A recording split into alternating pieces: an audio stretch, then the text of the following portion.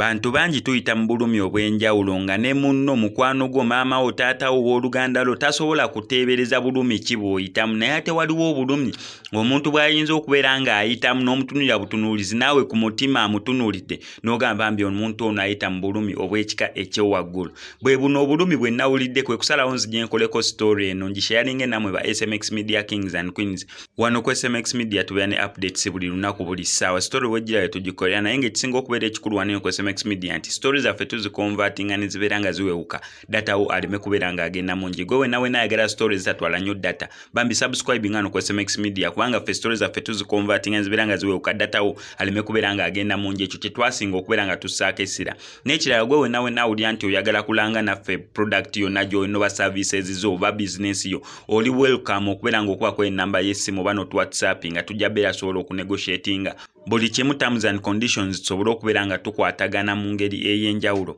Badde ngezaako okunnyonnyola nti nera abantu bangi tuyita mu bulumi obw'enjawulo naye nga ne bannaffe tebasobola teebereza bulumi ki bw'oyitamu naye ng'omuntu asobola okutunuulira n'agamba ddala kituufu obulumi bw'olimu bw'amaanyi. Eno story gye nkuleetedde actually omwami n'omukyala baali bafuna akabenje k'emmotoka omwami n'omukyala ennaku z'omwezi nga November guneeno omwaka gwennyini gwe tulimu n'omwezi gwennyini gwe tulimu ogwa November ne bagifuna nga 2 November 2nd November mu kubeera nga bafuna akabenje omwami yafa nga bamutuusa mu ddwaliro omukyala n'asimatuka naye ng'ebisago by'amaanyi akabenje we katuukira okufiiramu omuntu kitegeeza kabadde k'amaanyi naye ng'omusajja baali bamutuusa mu ddwaliro bambi omusajja n'akutuka kati omukyala ng'ate ye ali bubi nnyo okusinziira ku mbeera gye yali mu kubeera ng'afa engeri banene gye baali baagalana nga baludde bonna famire eweebwa ekitiibwa balina emikwano mingi. Omwami we yafa omukyala ng'akyali mu intensive care unit tannaba kubeera ng'abitegeera bulungi tannaba kubeera ng'adda bulungi engulu. Ab'emikwano abako n'abooluganda oba ab'eŋŋanda b'omusajja ne bagamba nti tugenda kubeera nga tumuziika katugumiikirizeeko omukyala tulabe oba assuukamu asobole okubeera ng'abeerawo mu kuziika kw'omwami we. Ennaku ezo zonna ezitambula gwe just imagine from November 2nd November ennaku z'omwezi wenkoledde story eno nga zigenda yingira 2 kubanga olwaleero 19 November kisimanyi gwe story ddiro ogiwulidde naye okuva nga 2nd November paka nga 19th November olunaku olw'eggulo lwe basobodde okubeera nga baziika omwami yafa nga 2nd November. Naye ki ekiri mu eno story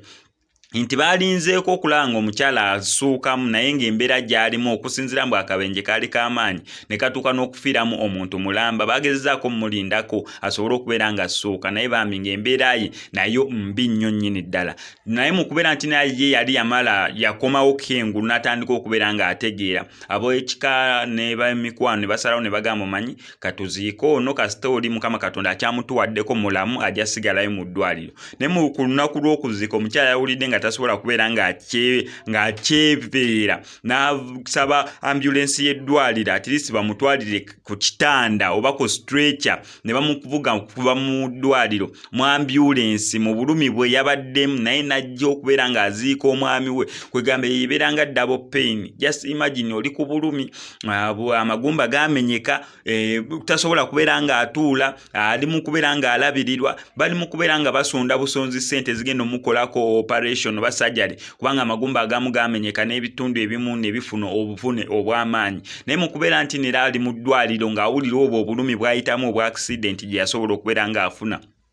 yasobodde okubeera nga yeekaka atajje kijjukire teriyo ssanyu libeera mu kuziika okuggyako eby'ennaku zino mwana wattu we bagenda batandika okuteekawo endongo naye ebyo byonna babikola nga si gwe afiiriddwa banene abagira ab'enganda oba gundi yagira waayi tuteekewoko abantu banaayogererako kimu kubeera nga bateekawo abantu kwe boogerera nga bakubayo awo ennyimba za gospel okuziika kubeera ng'okuwedde nga bagamba kati tuli mu lumbe nga batandika kukuba nnyimba za nsi nga batandika mubadde kuziika okw'enjawulo ndowooza ebyo mubimanyi bulungi ne bajja okubeera nga baziika omuntu olw'ensonga nti afudde tomulinaako kakwate tomulinaako luganda si maamawo si taatawo si jjajjaawo gwe n'oteekawo business abantu ne basooka bookya ennyama eyalagirwa ku kkubo wonna naddala eyo mu byalo oli n'agenda bakiyita batya najjayo muwogo we mu nnimiro at least namuharvestinga by that time oba atuuse oba tannatuuka asobole okuteeka ku kuba ab'e Kampala bajja bagenda asobola okubeera nga bagulako ow'ennaanansi owannakati buli omu alinayo kyalinayo mu nnimiro n'ow'ettooke n'aliyunja asobole okubeera nga ateekawo mu nnimiro waliwo ab'e Kampala bagenda okujja okubeera nga baziika kwegamba n'ogenda okubeera ng'oziika naye n'oyita ku kkubo kwonna ng'oyinza okugamba kamubuulo oba katale oba oli kaleero oba oli nakasero ng'olaba abantu bizinesi zonna zokka ze bafaako n'abazze okuziika nabo ne batandika okubeera nga bayengeginga mu bizinesi nguzaako nsaliraako ngiraako olw'ensonga mbu oli abeera afudde biba tebibakwatako tabeera maama we tabeera jjajjawo just oluusi abeera azze kuziikirako mukwano gwe oluusi azze ziikirako taata wa gundi okitegeera oluusi ng'oli intention z'okuziika butaswala ku kyalo banandaba batya nga sinza agenza okuziika maama nange wenaagira ye nga kyekimututte naye nze SMX okugenda okuziika okusinziira ku ddiini gye nsoma bangamba ogenda okuziika okujjako abakyala omuntu yenna naddala abasajja ogendanga okuziika makinganga sure mbu otuukako ddala wali eri ku ntaana oba bagenda okubeera nga baziika omuntu on top of that oziike n'okuziika babeera gwe baziika nga si musiraamu nga bagenda kasukayoko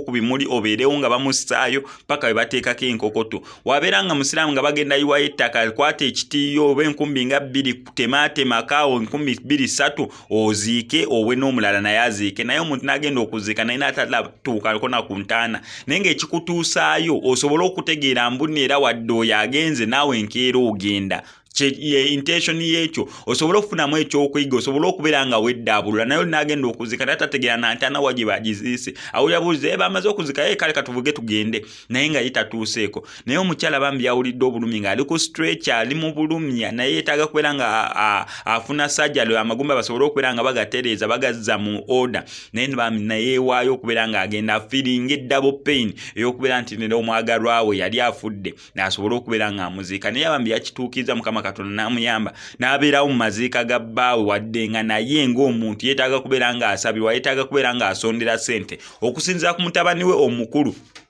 ye speech gye yawadde yagambye ne maama wa yeetaaga kubeera ng'asondera ssente asobole okubeera nga ajjanjaba bulungi bamukola operations ezeetaagisa oluvannyuma lw'amagumba agamu okumenyeka naye nga kibi nnyo kibi ddala omuntu yenna alina peeni gy'oyitamu wandibeera ng'obulumi bw'oyitamu bw'amaanyi naye manya mbu waliwo atayita mu bulumi obw'amaanyi obusingako obosso gumaagumamukko okwatiriremukko oyongere okubeera ng'oli strong osobole okubeera ng'ovuunuka obulumi obulinga obwo naye tewali omuntu ayagaliza munne kubiyita mu bulumi obw'ekikanga ekyo oba obusingako ku kika ekyo amanya eddoboozi sigadde nze mu SMX obeera yagadde story yange gye nkoze kankusaba mbe subscribing hano ku SMX Media tojja kubeera nga omissinga updates naddala nga zino wano ku SMX Media. SMX, I sign out.